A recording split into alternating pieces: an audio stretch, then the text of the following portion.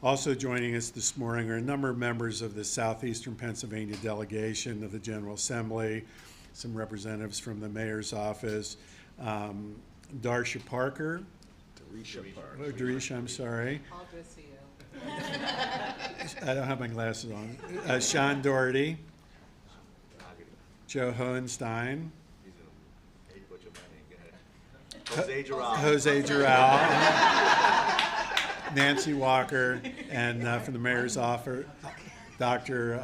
Astra Mehta, who's actually an OBGYN, so this is very pertinent to her. So I want to welcome all of you. There's a real need to expand and grow the nation's workforce. I know I've been married to a nurse for 43 years. In the next few years, the United States will need to hire over 1 million additional nurses just to meet demand, and nearly 900,000 nurses will retire or leave the field over that 5-year period. So ensuring a strong, well-trained nursing workforce is essential to maintaining the high-quality care that Pennsylvanians deserve and expect. At Temple Health, we work very hard to attract and retain the very best healthcare talent, especially our nurses. And we're doing a pretty good job. In fact, Temple Health's nurse turnover is less than half the national benchmark, especially our first year. We have a hospital, Jean's Hospital, that has had 0 nursing turnover last year. That is spectacular, contrasted 25% everywhere else. So recruitment is a high priority for us, and we're always actively looking for talented candidates to come and work at our hospitals. Governor Shapiro has shown a long-standing commitment to a strong healthcare workforce in the Commonwealth, and we deeply appreciate his support today. We're looking forward to tackling the nursing and healthcare working shortage together with the governor, our state legislators who do wonderful work as they finalize the state budget. So by including the Nursing Shortage Assistance Program in the governor's proposed 25-26 budget, Pennsylvania can help add new nurses to our workforce every year, reduce hospital staffing costs, and allow aspiring nurses to exceed in a very exciting profession. So let me turn it over to Governor Shapiro, who'll give you more information on his vision and plan. Thanks, Michael. Thank you. Thank you, Michael. It's good to be back at Temple, and Michael, thank you for your leadership.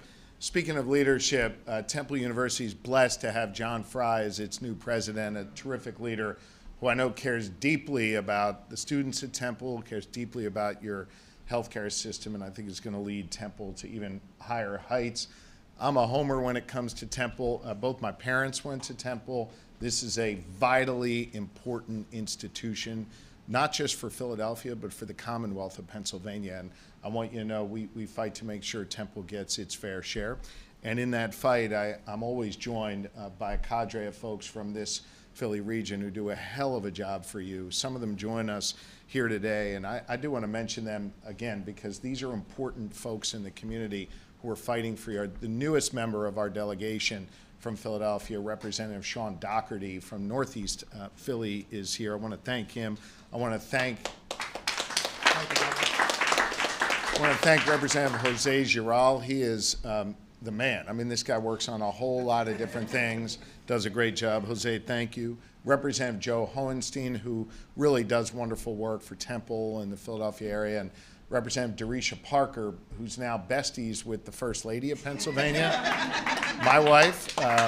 They work together to make sure that now in every single public school, public college, public university, and state park, women's pads, tampons, and all kinds of other menstrual products are now available for free for women across Pennsylvania. That's real leadership, and we appreciate you. And you'll hear from her in a moment, but Secretary of Labor and Industry Nancy Walker is with us, who does amazing work as a member of my cabinet every day, and I'm grateful for her leadership. You know, here in Pennsylvania, I think we have shown that we know how to come together and solve big problems. And I should note, for the record, that I'm one of the only governors in the entire country with a divided legislature. a House led by Democrats, a Senate led by Republicans. So for us to solve problems, that requires us to get Democratic votes and Republican votes. It requires us to meet in the middle, and it requires us to be bound by the most important thing, common sense. And we find common purpose through that common sense. We've been able to work together to deliver real results and make a difference in Pennsylvanians' lives, to address the serious challenges with practical solutions to make their lives better. Working together over my first 2 years as governor, we've been able to lay a really great foundation to be able to build off of, whether in the healthcare space or workforce space. But we've got more problems to solve, and I know this group and I are hungrier than ever to go out and continue to fight for the good people of Pennsylvania and solve these problems. So here today, I want to talk about one specific problem, and that is workforce shortages. It's important to note workforce is really different than employment. When it comes to employment, we have record low unemployment. This morning in Pennsylvania, more people went to work than ever before. We're doing quite well when it comes to our unemployment rate and getting people to work right now. So when we think about workforce, we're thinking about tomorrow and the next day and the next year and the next decade, and making sure that we have the people necessary to fulfill the jobs that we think are critical in our communities. Critical jobs like teachers and cops and firefighters and, yes, nurses, who provide an unbelievably important function in our work every single day. And so we've got to work together to build out our workforce. The budget that Michael referenced before, which is my proposal to the legislature on how I want to fund our government, places a special emphasis on workforce development, especially on our healthcare workforce. And we have a shortage of nurses that we've got to address.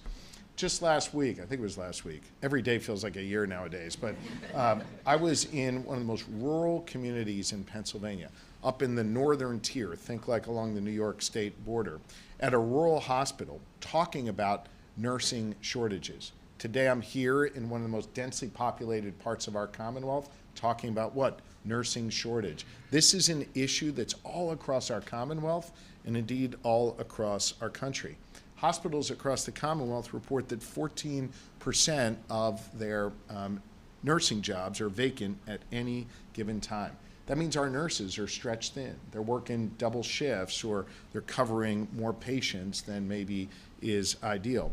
And when we study this issue, and Secretary Walker has done a lot of work on this, the problem is only getting worse. That 14% figure is expected, to put this in practical terms, by 2026 to mean 20,000 nursing vacancies all across Pennsylvania. And so the time for action is right now. That is why I put my budget proposal forward. That's why this team here is working so hard to get it passed. And that's why we're here at Temple today, because we think Temple can be a model for the rest of the Commonwealth when it comes to how we invest in bringing people along into nursing and how we keep our nurses. My administration invested last year $2 million through the Department of Labor and Industry to create the first ever registered apprenticeship programs for nursing in Pennsylvania. I think apprenticeship programs are really important. I think it's critical in the 10th, 11th, 12th grade to teach kids the skills they need to go out and be successful. For a long time, apprenticeships have been focused on, say, learning how to be a welder or a plumber, and God knows we need more welders and plumbers. But you know, we also need people who can be farm hands, work on our farms, and we desperately need more people who can be nurses. So why wouldn't we have apprenticeship programs that focus on developing more nurses with folks at an age where they look at that and say, that is what I want to be when I grow up? As a result of just that $2 million investment and the hard work in my administration, we now have 27 registered apprenticeship programs for nursing in the Commonwealth of Pennsylvania. We've also made it easier for nurses who have trained and worked in other states to practice here, because we joined the Nurse Licensure Compact alongside 40 other states. So if you're licensed in another state, you can now practice here in Pennsylvania. We've cut through the red tape. We've gotten rid of those bureaucratic hurdles that were making it harder. So with the apprenticeship program, we're helping create a pipeline. With this compact, we're helping bring more nurses in who have studied or practiced elsewhere. Well, listen, those are just two of the things we've done. We've done a whole lot more. but I also recognize there's a lot more work that we need to do, which brings us here. In this budget proposal, we're taking concrete steps to recruit more nurses to Pennsylvania and build on the foundation and to learn from institutions that are doing it right, like Temple. Temple is already doing incredible work in this space and started an initiative that we want to emulate and build up all across Pennsylvania. Let me explain a little bit more how this works. Hospitals know they need more nurses, so they partner with local nurse education programs to then offer guaranteed job placements to nursing students after they graduate, and they help them with their tuition along the way. Hospitals win because they get a guaranteed workforce of trained nurses that they can rely on, and nursing students win because they get their costs offset for their education, and they know they've got a path to success in the field that they love, and by the way, a field that we desperately need as a Commonwealth more people to go into. That is strengthening our pipeline. Maura, who you're going to hear from in a few moments, and you got to give her a big round of applause when she gets up. She's a little bit nervous, but she's going to be, you're going to be amazing, Maura. She's one of the first students to go through that program here at Temple. I want more Mauras across Pennsylvania. We need more people like you across Pennsylvania. And to that end, we're investing $5 million in my budget to build on the success of what Temple has built here and create a stronger pipeline like this all across Pennsylvania, so we have more Mauras across Pennsylvania. Listen, I want to focus just for a minute on another topic that is really important to us. As we develop these nurses, we need to make sure that we prepare nurses and really all healthcare providers with more tools to help women and mothers dealing with unique maternal health issues.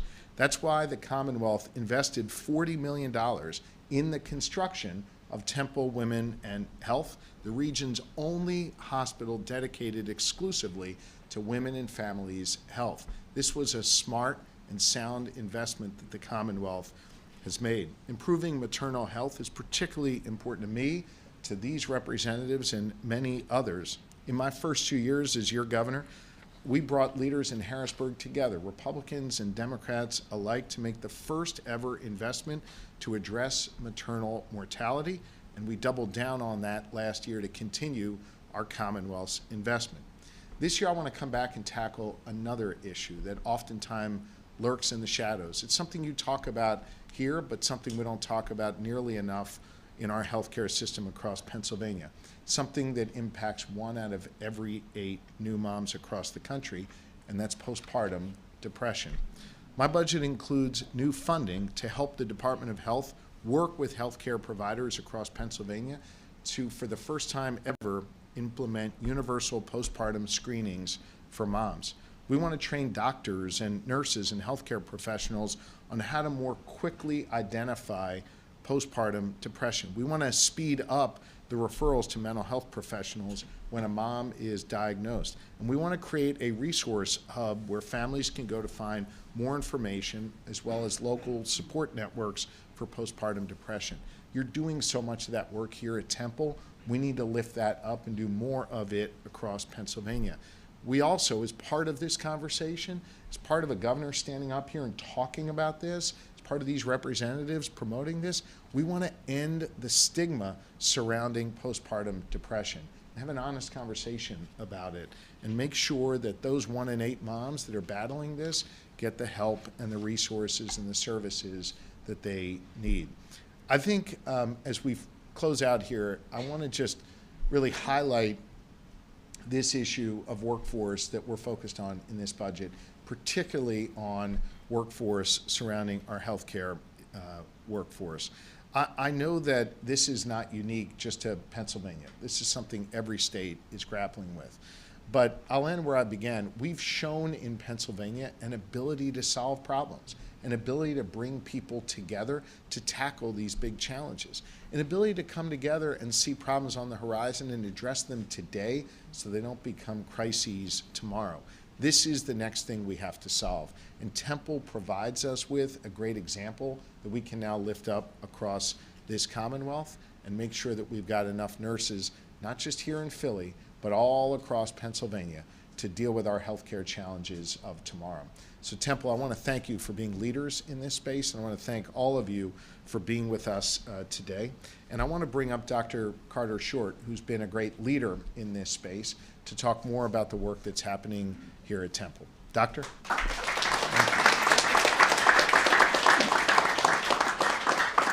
Hello, everyone. My name is Chaudron Carter Short. I am the Chief Nurse Executive for Temple Health System. I am incredibly proud to lead a nursing team that demonstrates such dedication to our patients and to the nursing profession. Their work has profound meaning and impact on the lives of the patients that we serve. Here at Temple, we continuously partner with our HR teams on strategies to attract the best candidates to join our nursing workforce. That's why Governor Shapiro's Nursing Shortage Assistance Program is such an important step forward. This program directly benefits nursing students by guaranteeing them a position in an area of need and paying back their student debt while they train with a sponsoring health system similar to Temple Health. In return, students commit to working at their sponsoring institutions for 3 years after graduation, earning full salary and benefits. These hands-on model enhance clinical training, improves workforce preparedness, and reduce costly onboarding fees. Hospitals like ours will see significant savings by further decreasing turnover, cutting our reliance on staffing agencies, and optimizing patient care. Since our Temple's Nursing Scholars Program launched, we have found it to be a game-changing tool to plan for the future.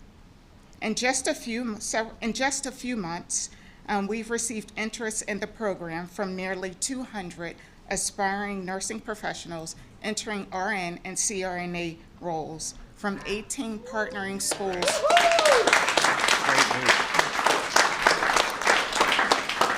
From 18 partnering schools across the Commonwealth. In that time frame, we filled nearly 50% of our first year's quota. This initiative also opens up doors for aspiring nurses from all financial backgrounds, making education more accessible and affordable. By reducing student debt and addressing the root causes Pennsylvania's nursing shortage, this program is a wonderful investment in the future of healthcare. We are grateful to Governor Shapiro for including funding for this nursing workforce initiative in his budget, the first time ever at the state level. This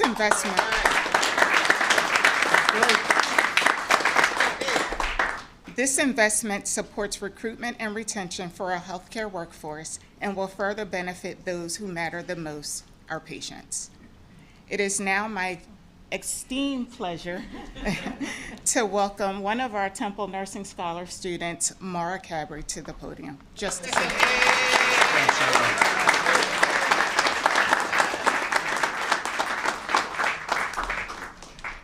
Good morning, everyone. My name is Mara Cabry. I'm a nursing student at Jefferson and will be starting my professional nursing career this summer at Temple. I'm so grateful to be here and say thank you to Governor Shapiro for proposing investments in a nursing assistance program just like the one here at Temple, and hoping other nursing students can take advantage of it as well. As a nursing student, I spent a lot of time thinking about what it means to not only enter a profession that I am so passionate about, but also to do so with a sense of security and purpose thanks to the incredible support from the program. For me, this program has truly been a life changer. It has provided me with a unique opportunity to enter the nursing profession, not with just excitement and enthusiasm, but with a sense of financial peace. The burden of student loan debt is something many of us fear, but knowing that I have a position guaranteed here at Temple, with the added benefit of having my student debt paid back, has completely transformed the trajectory of my career and my life. It's not just a job, it's a commitment that frees me to focus on what truly matters, caring for patients and growing in this field.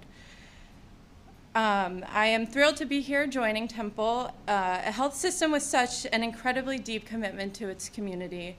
As I stand here today, I can say with confidence that the Nursing Scholars Program has given me more than just a path to my career. It has given me a sense of purpose, a deep connection to the community I will serve, and allowing me to become the best nurse I can possibly be. Thank you again for making this possible and for investing in my future and the future of healthcare. I'm excited for what's to come, and I can't wait to see what happens. Thank you so much. And now, Secretary Walker. I said we need more Maras, right? That is a tough act to follow. Thank you for sharing your story, Mara. And Michael, thank you so much, and for all the team at Temple for inviting us here today. This is such a warm welcome for such an important topic today. And Governor Shapiro, thank you for your leadership in workforce development. The governor has said this is his workforce budget, but in fact, the governor has been deeply committed to workforce since he started in his position. And the fact that he knows that it's not just about meeting workforce needs today, but also being able to meet the workforce needs of businesses and communities tomorrow is really so strategic and so key. As you've heard everybody say, we have such a workforce shortage in the nursing profession. In Pennsylvania, the demand for registered nurses every year is close to 9,000 people. For nursing assistants, that number is over 11,000. And for the home health care aides and personal care aides, we're talking about 33,000 people. This is really a crisis right now, and we have an aging population in Pennsylvania. So these numbers are just going to continue to go up over the next 10 years. So what the governor is proposing is an investment that would be able to empower us to make real changes that are going to be impactful, not only right now for our needs, but also as we look forward. This partnership that we're talking about today will really be a great way to invest in nursing schools and teaching hospitals so that we can align training and workforce needs to make sure that we're meeting the needs of localities. So whether it's an urban area or a suburban area or a rural area, we're able to meet the needs of the nursing profession in that area. The governor has put money in workforce development programs since he started in office. When he started office, since he started in his office, he's invested $65 million into vocational apprenticeship training and CTE programs across Pennsylvania. That's 50% more than the last administration invested, and he continues to invest. This is so important because places like labor and industry are able to do things like he just described, help to create apprenticeship training programs across the state. And since Governor Shapiro has taken office, we've added 40 pre-apprenticeship programs. So the programs that the governor was talking about that affect young people in schools and give them a trajectory into a career pathway, as well as 70 new registered apprenticeship programs. And again, these are earn-as-you-learn opportunities, so people can start in a profession and get paid while they're learning. So these are wonderful opportunities.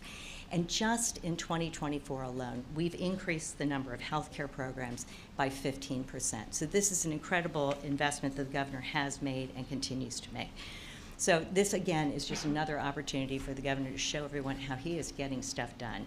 And at the end of the day, it's about giving Pennsylvanians the opportunity to make choices. And choices are only opportunities when, in fact, opportunities exist. So thank you very much, Governor Shapiro. Thank you for having us here today. And I'll turn it back to the governor to answer some questions. Thank you. Thanks so much. Good work. It is all about getting stuff done, and I got to tell you, the Temple's getting stuff done. Maura's getting stuff done. Maura, that was very impressive. I got to tell you, you should do this more often. Maybe. She said maybe. I'll be there to launch your campaign for you for whatever you run for. With that, Maura's actually agreed to answer any questions from the media. So, if there's any questions from the media, we're happy to take a few. Seeing none? Yeah. I'll come back to you and say anything on this? No, on topic. Oh, on. Oh, yeah. There's a shock. There you go. Go ahead, John. Now, like you mentioned during your speech that you were in Bradford County. Yeah. You talk about the healthcare worker shortage in rural Pennsylvania. You're talking about it here today in Philadelphia. Can you talk about the similarities and then the differences that rural parts of Pennsylvania and then urban parts of Pennsylvania are dealing when it comes to healthcare workers? Yeah. Yeah, so here's something similar. We have a nursing shortage in rural communities and in urban communities. And so we've got to create a greater pipeline of nurses graduating, and we've got to make sure that they stick, right? They stay in those communities that are underserved. Here's an area where we've got a difference, but yet we've got to still tackle the problem on both ends. Here in Philadelphia, we have one primary care physician for every 222 Philadelphians. In Bradford County, where I was, you referenced before, we have one primary care doc for every 522 individuals. And if you think about it, in these rural communities, you got to drive a lot further just to get anywhere than you would in a more, closer urban setting. So we've got to make sure that while we're increasing the number of nurses, we're also increasing the number of primary care docs. And I've also proposed that we give nurse practitioners greater practice authority to be able to help reduce the sort of disparity when it comes to access. So a lot of similar challenges when it comes to not having enough providers, but it's particularly exacerbated in these rural areas where the ratios are just really unacceptable. We're also seeing more and more hospital closures in rural areas, and that's another thing that we have to continue to stay vigilant on and focus on. Thanks, John. Anything else? Yep. Mine's a little off topic, but still healthcare, and you just mentioned it. I live down in Delco. I live near Crozier. Just visited somebody in the hospital there on Sunday, and everybody around there is worried about what's happening. Is there any update? Yeah. Folks, I understand are worried. I'm worried too. And I want you to know the Commonwealth has done a whole lot to try and address this challenge at Crozier. The Commonwealth, together with our county partners, have invested over $20 million to help keep that hospital open and continue to serve the people of Delco and the surrounding areas. Here's the problem we have with Crozier. It's owned by a for-profit entity that is a private equity firm. And I have called for the elimination of private equity or dramatic reform for private equity in our healthcare space. Why? Because what private equity does is they buy up these healthcare institutions and they run them into the ground while they put a profit in their pocket. And it is damn wrong, and it is hurting the people of Pennsylvania. That's why I know these representatives are taking the bill that I put forth and trying to move it through the legislature to get private equity out of our healthcare system. The private equity firm that's been running Crozier is called Prospect. Their executives are making money, and they're screwing over folks in Delco and screwing over Pennsylvanians. That is unacceptable. We have worked together with the Office of Attorney General to put a receiver in place to try and run that hospital and continue to keep that open for the people in that community. That's been important, and we're going to continue to work closely with the Office of Attorney General on that. But there's two other entities that have to have some skin in the game here. There is a foundation in Delaware County that literally only exists, only has money in its coffers from the original sale of Crozier from nonprofit to for-profit status. And this foundation is sitting on a whole lot of money that could help provide health care in Delaware County, and they're not doing anything with that money to actually help people. Instead, they're sitting back and they're keeping that money in the foundation's coffers. They gotta step up and actually do something. The county and the state have, the foundation has as well. And I'll say another thing. We also need our healthcare institutions in the Philadelphia area to step up and do more. Penn has to do more. Main Line has to do more. They're gonna have to shoulder the burden of where these patients are gonna go if Prospect does in fact shut down Crozier. So I wanna see more from this foundation that literally exists to help make sure Delaware Countyans have access to health care. They're not doing enough. And frankly, I'm sick and tired of how they keep hiding the ball and not stepping up. And these healthcare institutions have to step up as well. If you can't tell, I'm annoyed. I'm annoyed by the presence of private equity in our healthcare space. I'm annoyed that our healthcare institutions in the Philadelphia area aren't stepping up to do more. Instead of this problem landing on their doorstep, they should be more affirmative and step up and do more. I'm annoyed by this foundation. We're going to continue to work closely with the Office of Attorney General, who kind of oversees the overseer here, in making sure that folks in Delco continue to have access. It won't look like it does now, but we're going to do everything in our power to ensure that they continue to have access. It's critically important. This Crozier issue is not unique. We're seeing too many hospitals, especially in rural communities across our state, shut down because private equity stepped in and bought them. and understand what private equity does. They buy the healthcare institution. They basically split it in two, right? A real estate company, right, the land that's there, and then the operations, right? Think the hospital and the hospital functions. And they basically have the land company bill the healthcare company exorbitant fees, exorbitant amounts, so the land company gets rich and the healthcare part of it, the hospital part of it, loses money, can't care for patients, and eventually has to shut down. And who gets rich in that process? These private equity guys. It's wrong. It has to stop. And unless we do something about it in the legislature, in the governor's office, it's going to continue. I don't want to see private equity guys get rich on the backs of Pennsylvania patients. We got to change this. Yeah. Hi, sorry, actually kind of related to hospitals closing. So the DHS secretary said on Tuesday during the hearing that any possible Medicaid cuts would be catastrophic for the hospitals. So if PA does lose that funding, it's more than $28 billion from the federal government that comes in here. How does the Commonwealth plan on protecting Pennsylvanians, the people themselves, and also the health systems here in the state? Yeah, well, let me answer directly, but first I want to just set the table here so everybody understands. About a third of the funding that the Commonwealth outlays to provide health care, make sure we test our drinking water to make sure it's safe, things like that, that money comes from, about a third of it comes from the federal government. And this has been a relationship that's lasted for years and years and years. And by the way, this is not unique to Pennsylvania. This is how it works in other states as well. You cited that Pennsylvania gets about $30 billion in money to run our Medicaid system from the federal government. That covers 3.2 million Pennsylvanians. By the way, there's 13 million Pennsylvanians. Over 3 million of them are on Medicaid. Medicaid covers everything from your prescription drugs to paying for a wheelchair to, of course, your hospital visits when you're sick. And in Washington right now, the Trump administration is pushing forth a budget that would slash Medicaid. So apparently they can give tax cuts to wealthy folks. I'm not against tax cuts. We've cut taxes together 5 or 6 times for small businesses, for seniors, for families who are trying to afford childcare.